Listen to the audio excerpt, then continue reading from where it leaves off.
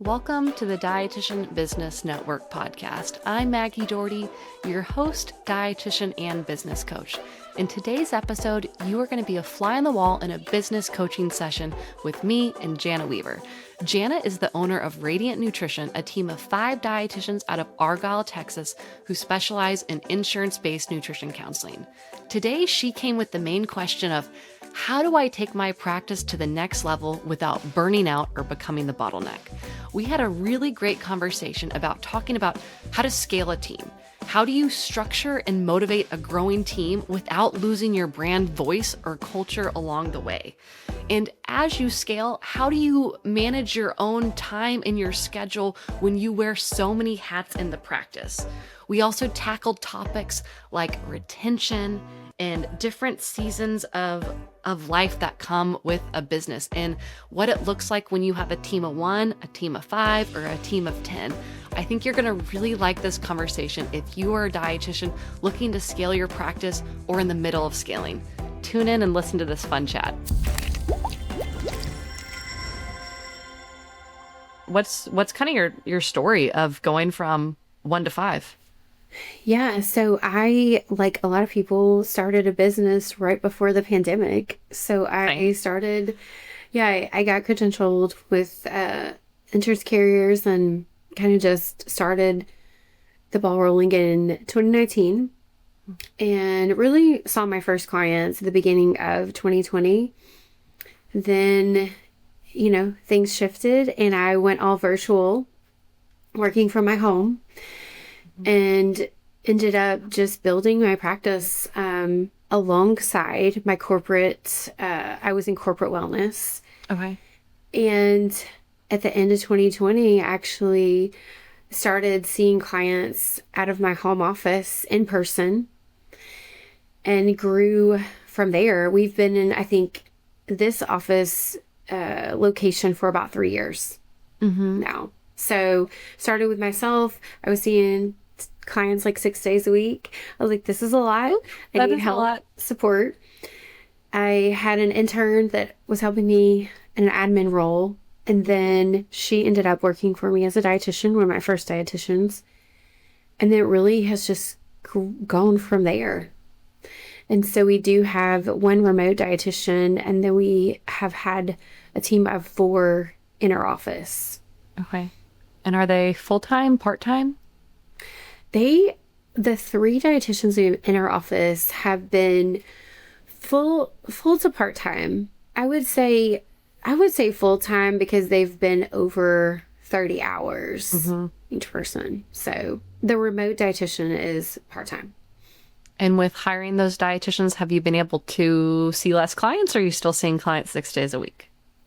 It's kind of an up and down. Oh no! I was hoping you said... definitely seeing less clients. Okay, good. I think I saw too many last year and had to kind of pull back in to find that balance with the revenue, right? So I am not seeing clients 6 days a week anymore, though. I am seeing clients a solid schedule about 3 days a week at this point. Okay. But I do think that working more on my business last year helped me be able to, change up systems and really take some steps. But then also it kind of put me in a tight place, not working at all in my business as a practitioner. Financially, it put me in kind of a tight place. So I took a step back in seeing 3 days a week of clients. And it really made me remember too, and reminded me of why I started this. So it's been, even though, it's been kind of a back and forth of working on my business and in my business, it's really been great this year to remember and meet with clients and have new clients and just be reminded of why I'm doing this. So it's been really good. That sounds like you made some decisions of like, oh yeah, that's why I'm doing this. Because the worst is when you're making decisions and it's why am I doing this? What is this? What is this worth? And I think that the hard times can be hard and very challenging, right? And a lot of times, I mean, we were just almost talking about this before we got started, that's what a lot of people don't see, or the public, or on social media. You don't see the long hours or seeing clients 6 days a week in the beginning. And I think that I had some really big challenges last year, personally and in my practice. But taking steps and just continuing to take those steps and being reminded of my passion for helping individuals, it was exactly what I needed this year. And it really also helped me see, as I changed, I definitely don't have it all together. I really am excited to hear more. You don't have it all together? I'm not at all. But that's why I'm here, Maggie. That's why I'm here. I don't have it all together either. But Absolutely I not. mean, you've done something right. So made a lot of good steps. But as I've made changes, and then I've gotten back into my practice, and I think we have to recognize there's different seasons of business, right? But what it has also helped me do is see where there's gaps and where I need to reset policies. Or, this morning I was like writing down, I wrote need on a piece of paper, and it was like, I need an automation for this specific workflow, right? Yes. So it's really helped me like dive back in as well. Yeah. So, When you were saying going through a lot of challenges in the past year, I feel every single business lesson that I've learned that's gotten me to make better decisions and choices has come from a challenge in a really difficult time. And I can never look back and be like, oh yeah, that one RD who I hired who was amazing and so talented and so easy, I learned so much through that great hire. No. The times I've learned is like, we're like, oh my gosh, we're gonna have to put this on a person on a performance planner. Oh my gosh, we have to let this person go. Or, oh my gosh, we're in debt. Oh my God. It's like, it's those times that are terrible, terrible, that you can, it's so hard in the moment to see the lesson that you're learning. But once you get out of it, it's like, dang, that's what that thing taught me. it's so true. And, with age comes wisdom and experience and all the things, right?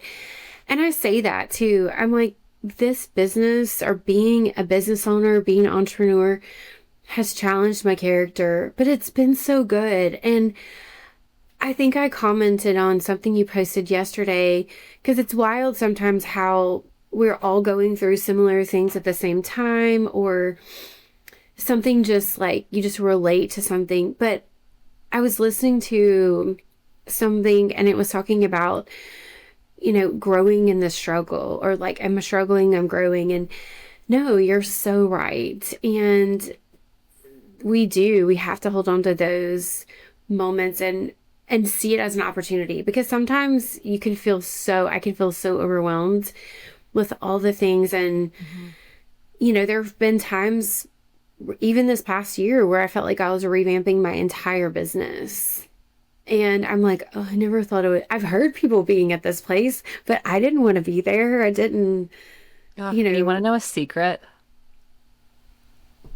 It's always a work in progress, and it's always going to be revamped. And I remember being like, oh, I just can't wait until I hire the next dietitian. Then everything will be easy. I can't wait till we promote this person into this leadership role, and then it'll be fine. I can't wait till we hire till like this. And it's always like, I feel like this idea that once we get this thing happening, but when business grows, the complexity of problems and things come along with it. So like you replace these small problems with different ones that come, where like at the first, when you have a team of just yourself, the problem is typically you're stressed because you're doing everything on your own. And then you hire a couple people and you're doing a little bit less and it gets easier. But then you grow again, and then comes like figuring out health benefits or PTO, or now that there's more clients, there's more of these things. And I think we tend to think as we grow, things get easier, but our problems just change to other things. Yeah. But if you do also internally grow as your practice grows, whether it's setting boundaries, I feel like setting boundaries and delegating, automating, outsourcing, and making sure the business choices that you're making are aligned with your values, end up getting you into a spot where that growth is something that you can be proud of, and that like that growth gives you, I think we always forget like why we start a group. A lot of times people start a group practice because they want more time at home. They want more money and they want to work less. And then I'll have group practice owners who do that, and then they feel guilty for not working as hard. And I'm like, that's why you started the practice, though. Yeah, that's so true. And that is a question. You're kind of speaking on brand and culture, and that was one of my questions.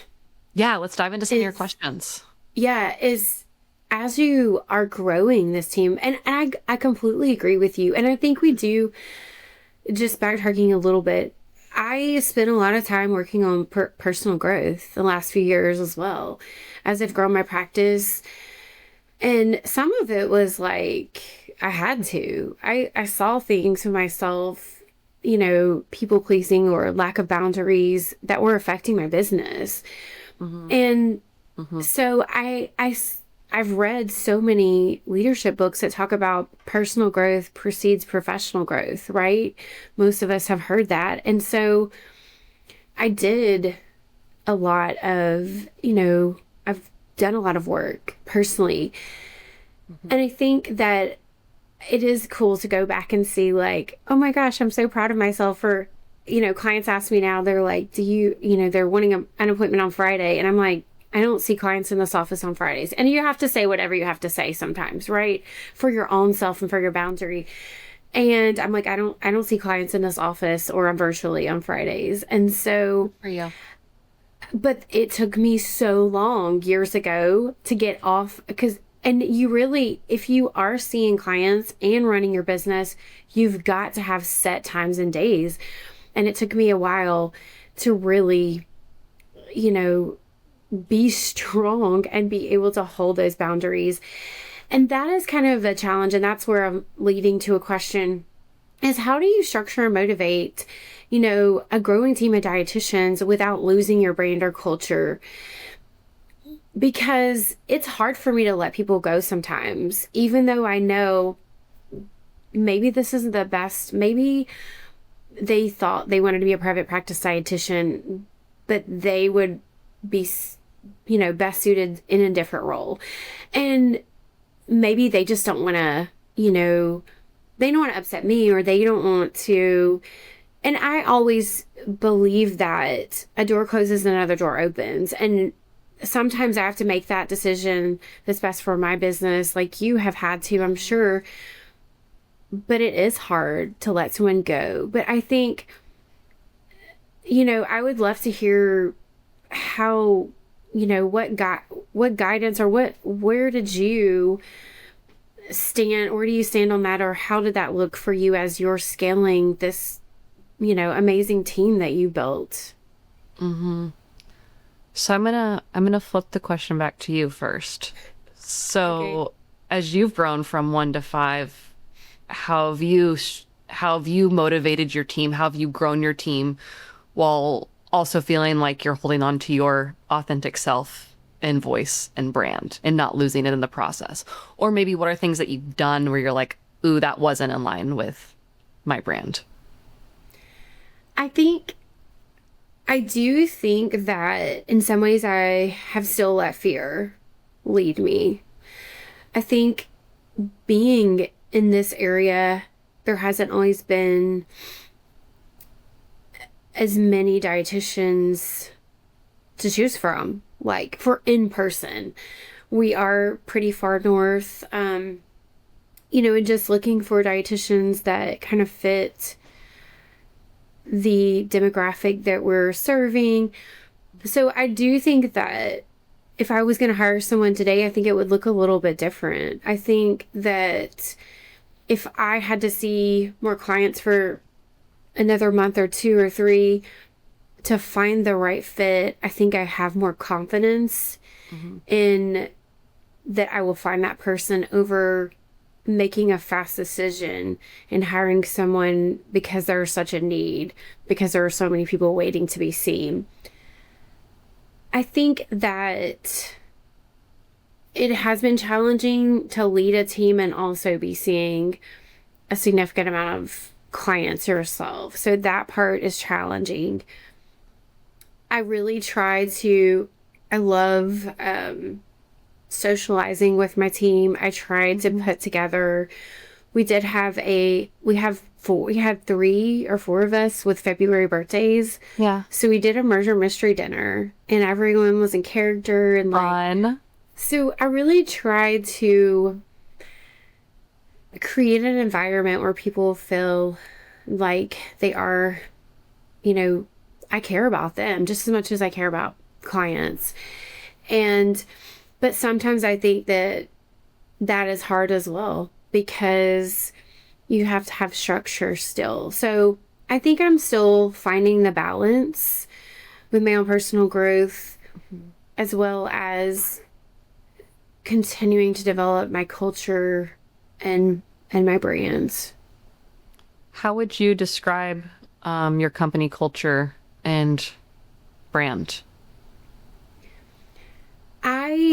I think because of walking my own health journey and walking through just the trauma, the things that I've overcame personally, I do think that compassion is something a word that I would use to describe and that would stand out as far as our practice and just our team. We seem to sit with a lot of clients that it's more than just about maybe what they initially came in for. There's just some heaviness that comes with, their health concerns. And I think that we really aim to listen to them, listen well, and hear them and meet them where they are. So that's a big part of, I want everyone who walks through this door to know that they're in the right place and they came to the right place and we're ready and we're here to support them and walk alongside them. Yes, it's like welcoming is another part of your brand. Yeah, so I feel like with that, making sure as you grow, you maintain those things right now that are working. So making sure as you onboard and train employees that you have a checklist that you're going through, and part of it's describing company brand, mission, culture. Hey, we lead with compassion. Here's how, here's why. We want to make sure we're being very welcoming. Here's why, here's how, here's examples. Hey, go shadow this dietitian and see how welcoming she is. Hey, shadow me, watch how different ways that I may welcome someone. So I think training is huge with setting expectations about brand and culture and leading by example opposed to leading through, hey, here's the manual, here's the rule, here's the policy. And walking the walk, talking the talk. So I feel like with training and expectations, if you notice that, you have this culture where it's really fun to celebrate things that are personal and not professional, like a birthday, that you keep that up as you grow. And so there's, a birthday mixer for people in Q1 versus Q2, or maybe the first half of the year, the back half of the year. One thing I love doing is we started doing company happy hours. And so once a month we would do a happy hour with the team and would take care of everyone's drinks or food. And it was just fun to get together outside of work and it not be required. So I always feel like that was something that I really love to do and maintain. We also did would always do like a company holiday party. And that was super fun where people would just kind of let their hair down. We were out late. It was a weekend night. So I think finding those things that you're doing right now that feel good and feel special and prioritizing those, put it in the calendar, block it out in advance, and making sure that you don't get so busy with clients or working on the business that you forget about those things. I agree. Yes, holding on to those things because that is part of my personality. I like to have fun. I like to laugh, have funny things, like keep things light and really just for people to feel like they're appreciated, and we are a part of their personal life. We all spend a lot of time together, right? In your work environment. And so, yeah, I love that. That's a good reminder to keep those things as you grow. Yeah. And then the other part of your question was, how do you elevate culture / reset when needed without losing dietitians?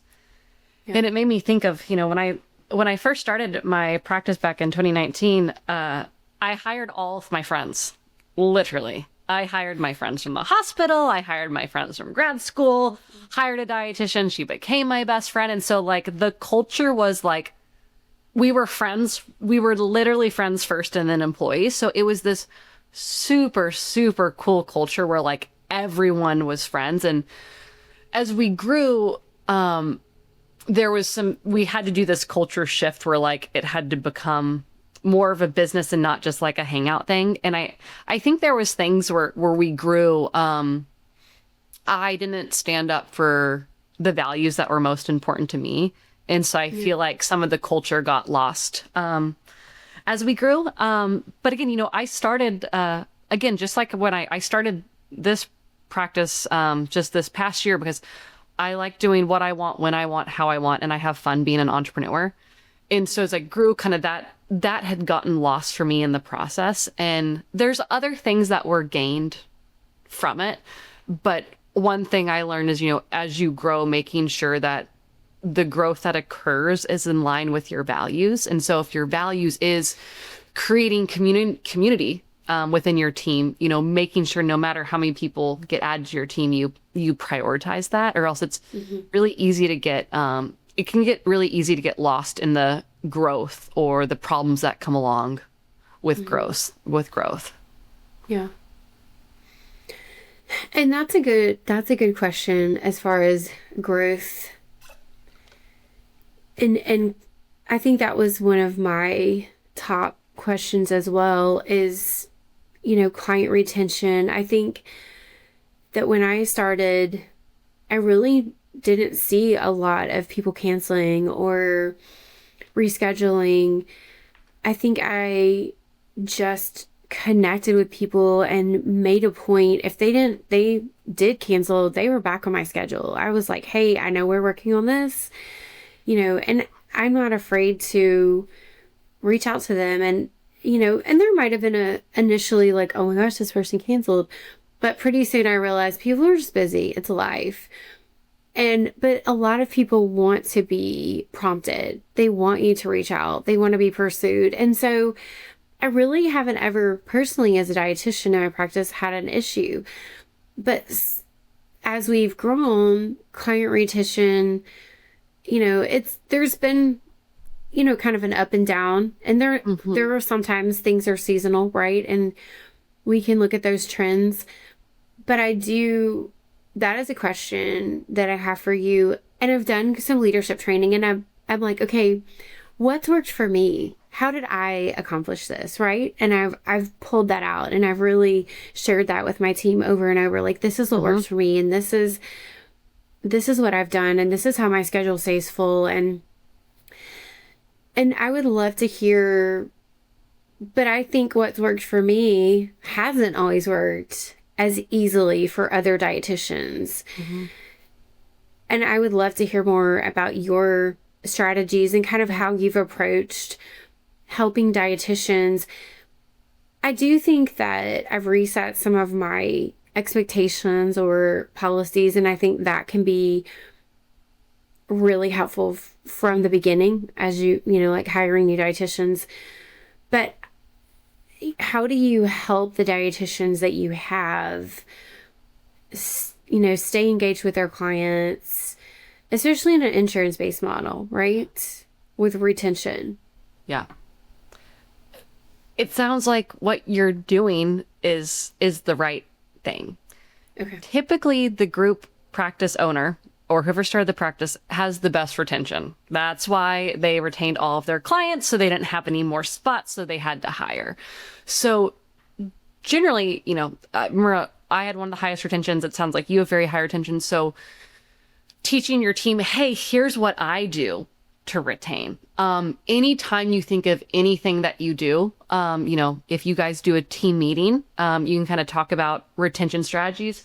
My favorite thing about having a group practice is being able to leverage everyone. So if you were to do a team meeting and have everyone share their favorite tip for retention or following up with clients, and someone else is going to have an idea that's just as good, if not better than yours, that you didn't think of, that's going to resonate with someone else.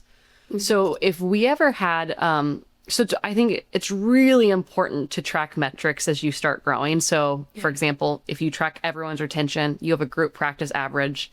Anyone who's lower than that average, you work with them, or you kind of set what the metric is. And if anyone's below that metric, you follow up with that. I find it really helpful if anyone has poor retention to, one, have the manager or have you walk through specifically, hey, here's what I do, here's how I do it. And then shadow. Hey, shadow any dietitian at your practice who has the highest retention and just kind of absorb their skills. Maybe have you or the RDs with the highest retention shadow that dietitian with poor retention and give them ideas and just make it like a two-way street for learning. Yeah. That's great. Yes, I completely agree with all of that.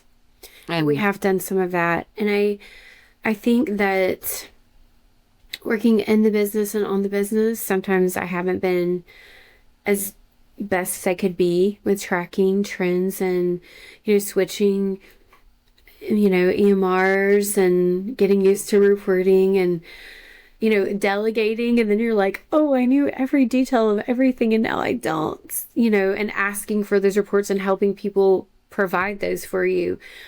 But I agree. I think that setting those expectations with metrics and having, being able to have those conversations and nurture the dietitians and guide them and support them and teach them, right? And that's half of my dream with having a private practice is to not be a dietitian for the rest of my life and raise up,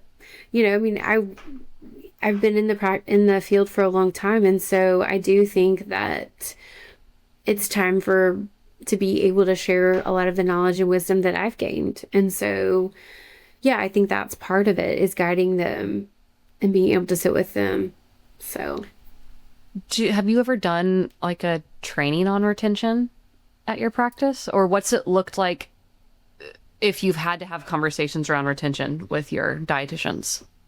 Yes, I have done training and I've given, examples of emails, texts, ways to reach out. I've talked to them about some similar things that you've shared is I get to know people. I spend time understanding what their family structure looks like. My client today, I was like, okay, he does most of the cooking. I think he told me his wife cooks like one meal. She has her one meal she cooks.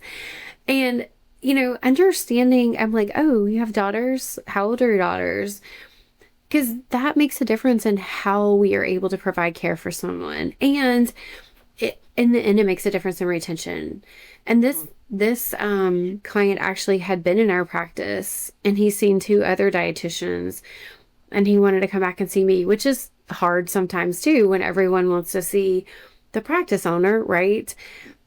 However, that's one of the things that I have really tried to help my dietitians is like someone's birthday or someone's, understanding what matters to them and how you can get to know them and provide care based on that. And I think that really goes a long way with retention. Yeah. And charting that. So if you chart, Yeah. wife's birthday's next week, said got Starbucks this morning, this is their favorite drink. And just, being able to bring up those things in next session. Hey, you said you had your wife's birthday party last week, and how was it? Or, hey, you said your dog Pluto was not feeling well. How's he doing this week? And so that's one thing, that I'll teach dietitians with retention is like, sure, charting, you need to meet certain insurance requirements, but you also need to chart so like you remember the little details for the client. Exactly. I completely agree. And again, I even chart on my business coaching clients, and I chart, no one's checking my notes for business coaching. Those notes are for me. And so it's really cool. It's kind of like, how do you act when no one's watching? It's like, okay, no one's looking at these chart notes or will ever look at them because they're not a healthcare service.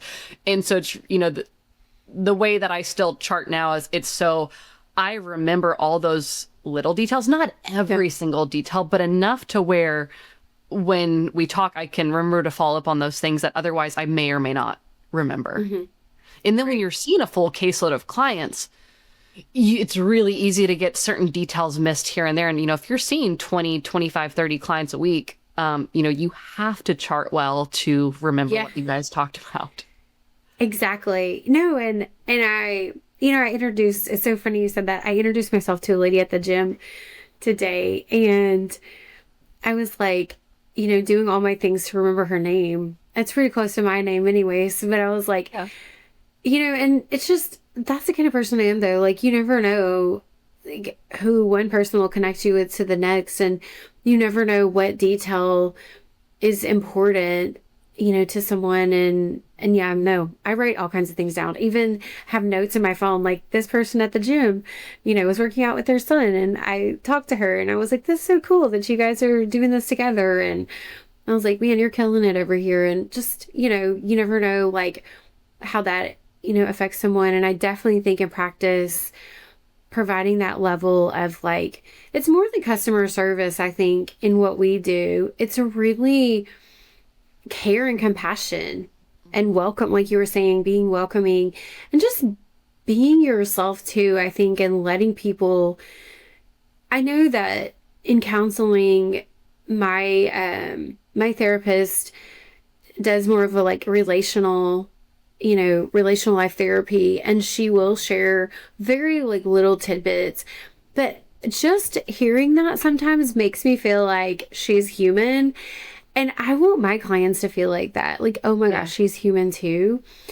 And I want the dietitians to be able to get to that place as well with clients. And for people to be able to connect, I think, and relate. And some people are just more, outgoing and able to do that. But I think it is a skill that we can learn, and we can, and I appreciate every one of my dietitians' strengths and personalities. And I think that putting together a team of people with different personalities and different strengths is important. But I think that, yes, teaching them what we know and helping them set that is so important.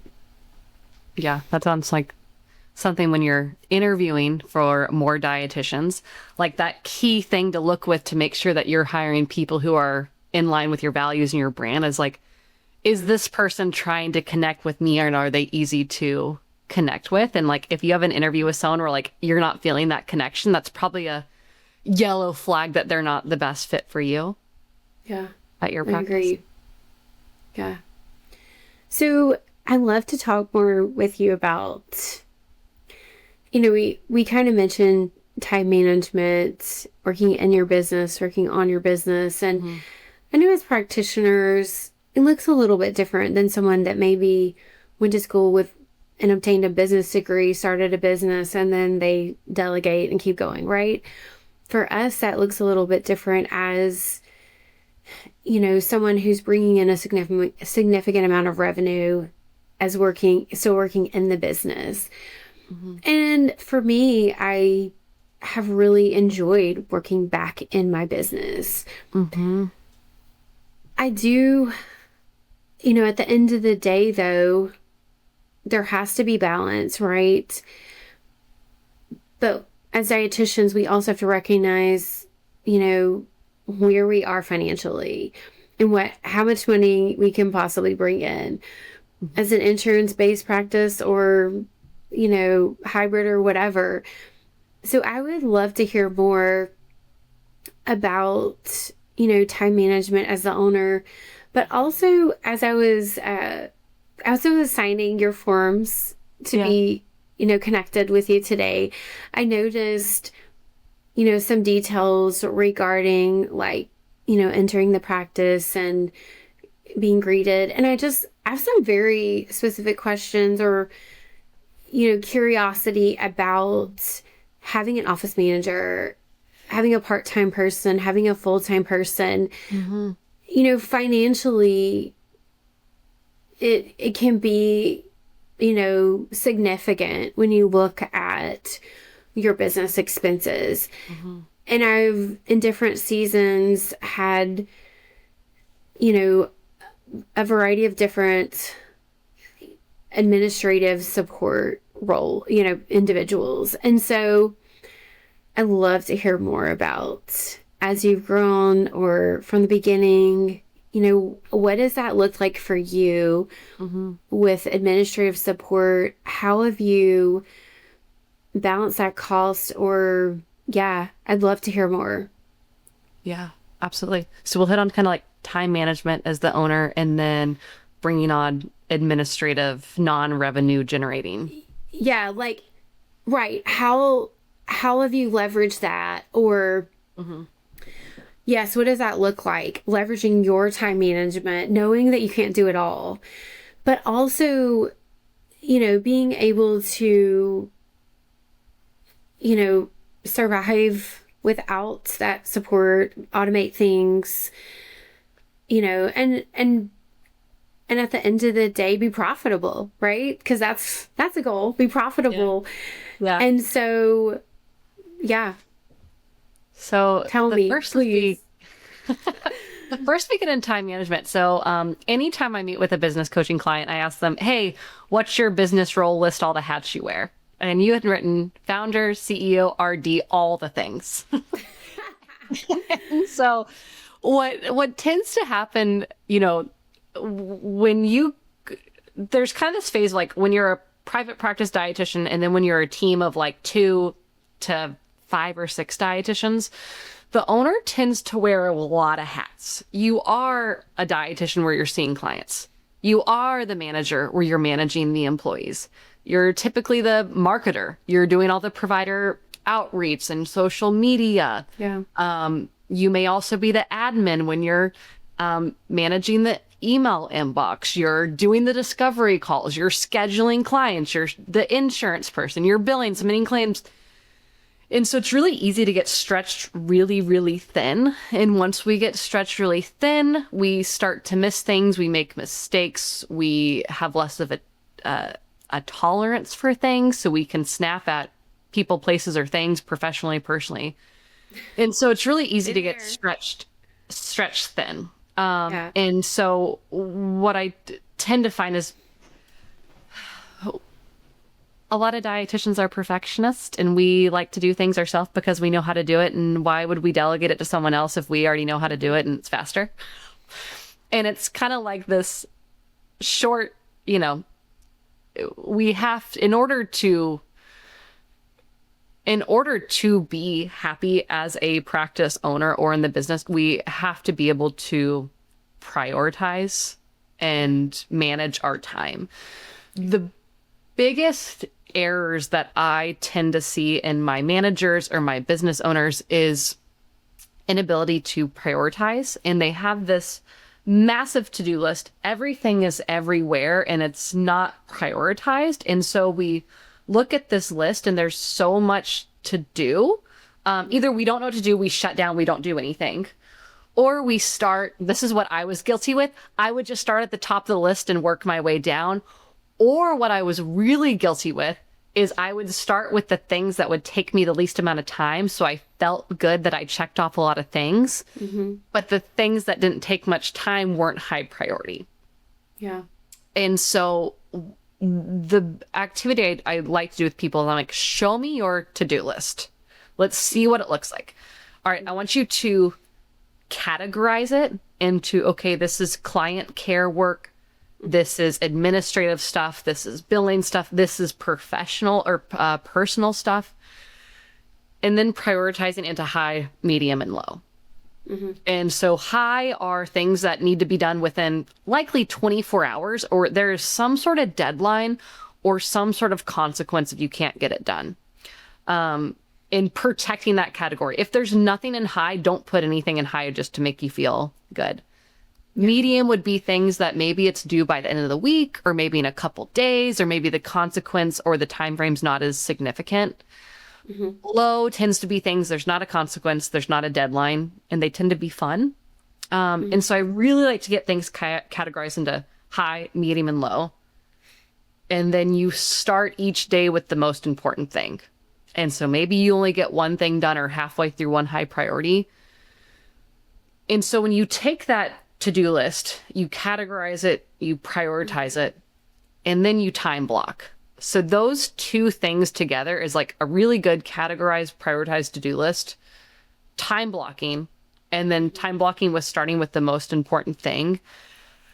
I feel like for me at least has been the key to time management. Yeah. I've definitely been everything you just described. And, you're right. And I think that, just having boundaries with your schedule is like, we tell clients, okay, if this is your goal, right? If your goal is to, reverse diabetes or whatever it is, right? Improve your cholesterol. How are we getting there? Like, what are we doing before? So I think for me, like, I agree with you. And I'm so guilty of all of the things you said. But yes, I need to do that. And that would help because I probably have, like, in my... What does your to-do list look like? Where's your to-do list right now? Oh, God. You don't want to see it. I do want to see it, though. Yeah, I do want to see it, actually. This is the only one I have. This is the only one I have in here right now. Well, this is just like a little... I was mapping out my new client process with the new systems we put in place.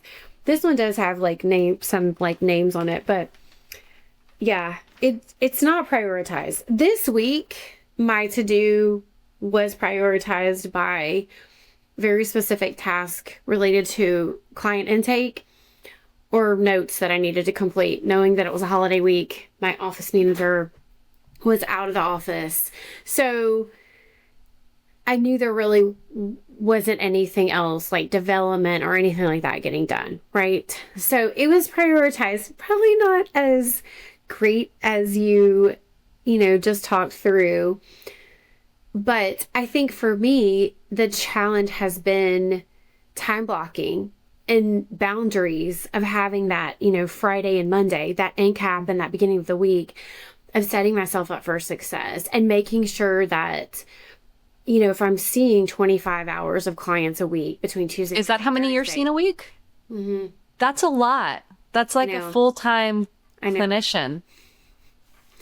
I know. Yes, it is. So then it's going to be really hard to, if we kind of think about we have 100% capacity. And if 70% is going to client care, 10 to 20% administrative, there's only, probably 10% left to work on the business, whether that is training your dietitians to get to higher retention. The higher your dietitians' retentions are, the sooner that you can hire another dietitian if you want to grow, right. Or the sooner they get filled out. So you're actually getting the profit margins that you were expecting to get, or that you can, get your revenue goals that you're working towards. But 25 clients is a lot for an owner. But if that is what fills your cup and makes you happy, you don't have to reduce that either. The main reason I've seen 25 hours of clients over the past year or 6 months or this year is because of revenue. Can someone else see those clients? They can. However, as you know, we're generating more money. Like if I'm seeing the clients, but I think that's where the expenses related to administrative support come in.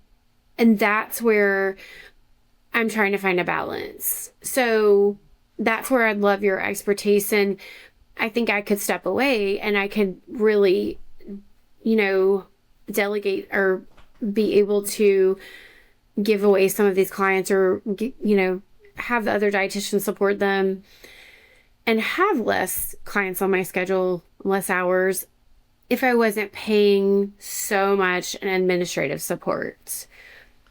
And so leveraging that, I think I would just love some input or what has looked like for you. Yeah. So with administrative support, it's something you could do all of those things, but also you could not do it. And so if you pay administrative support to help you out, you then can see clients what can generate more money, or you can work on your business to bring in more dietitians to see clients. Is your office manager full-time, part-time? Full-time. Full-time. And it may just be, typically an office manager, it depends on kind of how your business is set up, but they can manage between 1 and 10 dietitians. So it may just be, in order for that percentage to not take up so much of your overhead, there needs to be more clients being seen. And so your profit margins increase. So whether more clients are seen from adding dietitians, adding hours, or getting RDs full, when you're and kind of seeing how many dietitians can this office manager handle. Because it may just be that there's just a lower ratio of, 5 to 1. But maxing out your team a little bit more. I'd have to probably take a deeper look at like what numbers and stuff look like. And sometimes it's just like, hey, if you kind of like at what cost, if you were to not have an office manager and you were to be doing all these things, like, would you feel fulfilled? Would you be happy? Mm-hmm. And as you bring on these expenses, how do you bring in more revenue or profit? Because again, you kind of think back to if you didn't have an office manager and you were a team of 3, maybe your overall profit would be the same with being a smaller team without an office manager, being a medium-sized team with an office manager. But that team, when you're at that team size of honestly 5, it's a tough spot because you are at the point. I think that when I was at a team of 5 or 6 was maybe one of the hardest spots because you start to have a lot more overhead with office space and administrative support and billing, but you need more dietitians to make that overhead worth it so you get those margins. You're kind of in the middle, but I think that I took some big steps at the end of last year. I flipped my EMR to go to a different one that had more automation. And then I added a CRM. I added a billing team. Okay. And then I am paying more in administrative costs, like hourly, right? Yeah. I haven't ever had a full-time office manager. I've only had people that worked part-time for me up until this point. But now my billing, I was doing all the billing too until the end of last year, like all of it. Yeah. And so I have shifted that piece, insurance verification, all of that. So I think I'm just trying to figure out how to leverage because my costs have gotten so high with all the administrative support, right? And having the CRM and all of those pieces. So that's kind of where I am. But yes, you're right. I know sometimes it takes looking taking a deeper dive. But it is an interesting place with, 4 to 5 dietitians, because it's like you don't want to go backward, but you're just kind of in that middle place where really, you're kind of challenged. And I think that's why I took a step back too, as well, start to see some clients myself. Yeah, it's one of those spots where you're not quite at a crossroads. It's kind of like you're like the crossroads is in your horizon. You're kind of on like autopilot, and it's either, do I coast here because I've created the foundation to be able to scale and for this business to run and roll without you always in it. If you didn't get those pieces, you could not take off time, because if you took off time, clients wouldn't get seen, money wouldn't come in, bills wouldn't go out, money wouldn't come in, clients wouldn't get scheduled. And so you have made that first foundation of the business where you have administrative support, clients can get scheduled, you have billing support, claims get sent in, you have dietitians who are seeing clients. So if we pulled you out of the business, things are still going to run. And so it's kind of that step that you have to do to get that freedom as a business owner. And then it's looking at financials and profit margins, which is difficult as us as dietitians to do because we haven't maybe been trained in looking at that. But I remember being at this phase where it's like, oh my gosh, we were at a team of maybe 10. I was making $100,000 on my own the first year of private practice, got to a team of 10 and was like losing $100,000. I know. Like, same. I was banking like cash. I paid cash for everything in my office. I was taking them out, doing things. And then this past couple years, I feel like I'm like, I haven't given myself a raise in a long time. And one of my dietitians, I was like calculating, I was like, oh, I'm paying myself like 30 more cents an hour if I looked at it on a, and so that's where I've kind of been, is like, I'm buying water and like, computer paper and to print things every now and then, and really just looking at every expense and trying to figure out like, what are my next steps? And I know I've learned as a business owner, you always have to go back to your bottom line. Where can I cut costs, right? And but I definitely don't want to compromise growth either.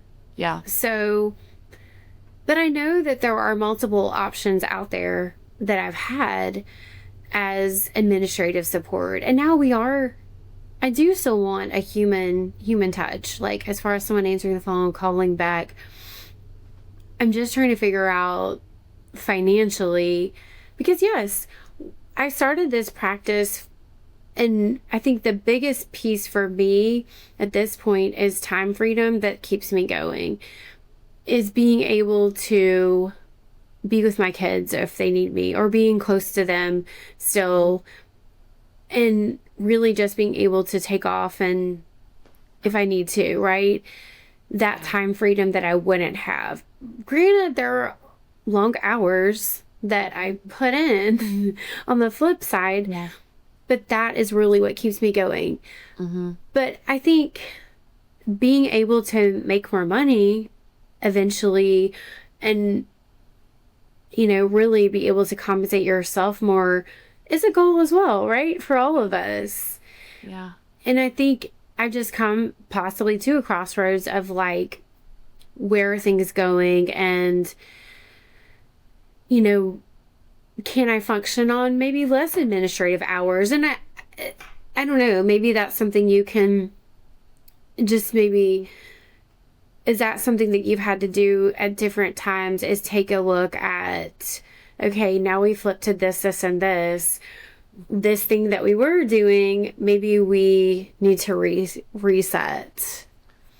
I would say put a 2-hour time block on your calendar for next week, and take that 2 hours to really look at your finances. Pull out your balance sheet, pull out your P&L. Ugh, I know.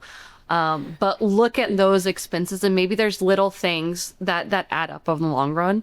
And what are things where you can cut cost and pull back? What are areas that you can optimize? Getting your team's calendars filled out, making sure your office manager is efficient with these things, taking things off your plate that you can delegate to someone else, and really looking at, okay, do I just need to get my team's calendars more full? Okay, let me spend money on advertising. Let me spend my time networking with dietitians. Let me spend money on my dietitians going to market with other healthcare providers.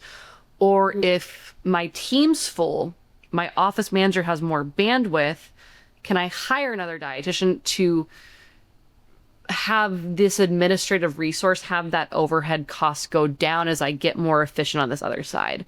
So it kind of sounds like that fork in the road actually is optimizing and getting more efficient in order for you to grow and make the profits that are worth it to do this. So I think just taking a really deep look at the systems that you have in place and looking at those finance sheets. I completely agree. And you're right. And I'm so thankful for my amazing bookkeeper that keeps me straight. No. And if that's a piece of advice, I'm like, invest in a bookkeeper that will keep your finances in order and can tell you. And so, yes, that is something I completely agree with everything you just said. And that's where I am. And that's what I've been doing. And just, I think it's just making decisions from that, right? Yeah. Well, I love that, Janna. I have to wrap us up. This hour went so fast, but I know.